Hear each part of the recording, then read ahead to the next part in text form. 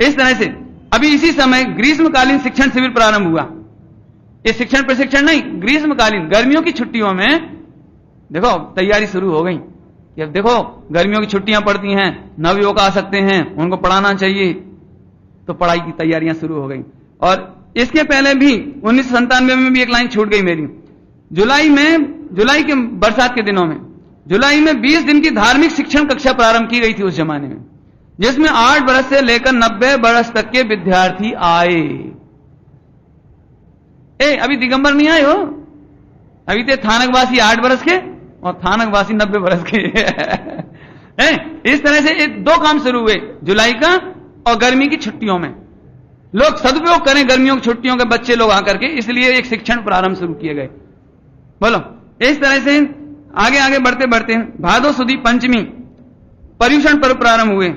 इसमें पर्युषण पर्व में भी बहुत बड़ी मात्रा में लोग आने लगे थे। पर्युषण भादो सुदी में तो जैन नवयुवकों को तत्व ज्ञान का अभ्यास कराने के लिए एक सनातन जैन ब्रह्मचर्य आश्रम की स्थापना की गई। जितने कुंवारे बच्चे हैं, लड़के हैं, नवयुवक हैं, इनको ब्रह्मचर्य आश्रम की, सनातन जैन ब्रह्मचर्य आश्रम, उसकी स्थापना की गई। उसमें 3 वर्ष का अभ्यासक्रम रखा गया। विद्यार्थी लगातार 3 वर्ष रहें या आए तो उनको पढ़ाने की व्यवस्था की गई। उसमें 3 घंटे रोज पढ़ाई होती थी। 3 वर्ष का सिलेबस बनाया, पहली बार सिलेबस बनाया, ये पढ़ाना है इनको, हमें द्रव्य गुण पर्याय सिद्धांत प्रवेश का आदि आदि, इस तरह से पूरी सिलेबस बनाया। और फिर इसके बाद उसकी पढ़ाने की जिम्मेदारी दी गई हीराचंद जी मास्टर साहब को, जो पोलारपुर में शिक्षक थे। ये आए रिटायर होने के बाद और पढ़ाते थे 3 घंटे रोज। और इन्हीं की लड़की, इनकी दीकरी ब्रह्मचारिणी कांताबेन, मास्टर कांताबेन, ये भी मास्टर थी और अभी जीवित हैं। मास्टर कांताबेन अभी जीवित हैं। वो बालिकाओं को पढ़ाती थी, लड़कियों को पढ़ाती थी, बालिकाओं को और वो लड़कों को। यहां एक बात याद दिलाऊं, हालांकि बाद में बताऊं हमें, कि गुरुदेव श्री की ये परिपाटी रही कि बहनों को बहन पढ़ावे, भाइयों को भाई पढ़ावे। ये मैं सोचता हूं हिंदुस्तान में बहुत इन्हें गुने ही ऐसे आदर्श होंगे, इन्हें गिने, और अभी तो मुझे लगता नहीं। एक गुरुदेव का आदर्श ऐसा उस जमाने में हो, अभी दिगंबर तो आए ही नहीं है। मैं बार बार क्यों याद दिलाता हूं कि इतनी बात तो पहले से हो रही थी। गुरुदेव श्री की सख्त निर्देश था, बहनों को बहन पढ़ावे, भाइयों को भाई पढ़ावे। जैसे शिक्षण प्रशिक्षण शिविरों, गर्मियों के शिविरों, श्रावण के शिविर चले, श्रावण के, तो सबको बड़ी जिज्ञासा होती थी कि हम डॉक्टर साहब की शिविर सुने, डॉक्टर साहब की कक्षा सुने। बहनों को ऐसा लगता था, ब्रह्मचारिणी बहनों को, कि हम डॉक्टर साहब की कक्षा सुने, लालू भाई की कक्षा सुने, चिमन भाई की कक्षा सुने। गुरुदेव श्री ने सख्त, चाहे तुम बिना ज्ञान के रह जाओ, कम ज्ञान के रह जाओ, लेकिन सील की मर्यादा मत तोड़ो। क्या कहते हैं? चाहे कम ज्ञान के रह जाओ, ज्यादा ज्ञान नहीं आवे तो कोई बात नहीं है, लेकिन सील की मर्यादा मत छोड़ो।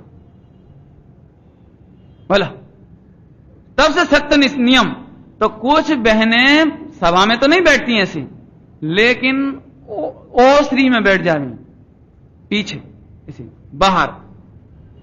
तो गुरुदेव को खबर पड़ गई तो गुरुदेव बहनों को तो बोलते ही नहीं थे। राम जी भाई को बोला कि कक्षा खत्म कर दो, हमें नहीं करना। हो गई वो तो कक्षा हो गई, हमें नहीं करवाना।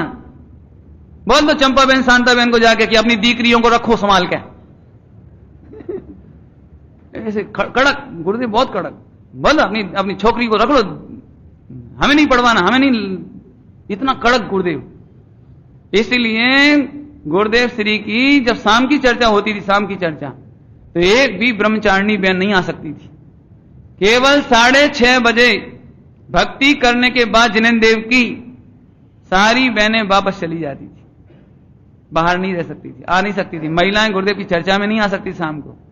कक्षाओं में बैठने का मैंने भी अपनी आंखों से देखा, कक्षाओं में बैठने का नियम नहीं रहा। बोलो गुरुदेव को कितनी मर्यादाओं का ख्याल। ये बहन से प्रक्षाल कराता है, स्त्रियों से प्रक्षाल कराता है। गुरुदेव को खले हवाला दिया कि नग्न प्रतिमाओं को नहीं छू सकते।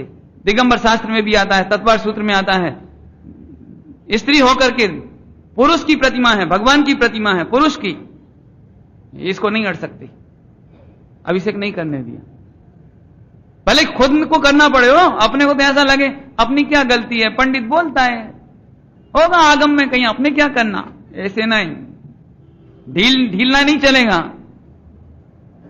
क्योंकि 18,000 सील के दोष में ये दोष आता है तो गुरुदेव को इतनी कड़काई। खैर इस तरह से एक कक्षाएं प्रारंभ हुई। तो बहनों को बहन पढ़ाती थी और भाइयों को भाई पढ़ाते थे।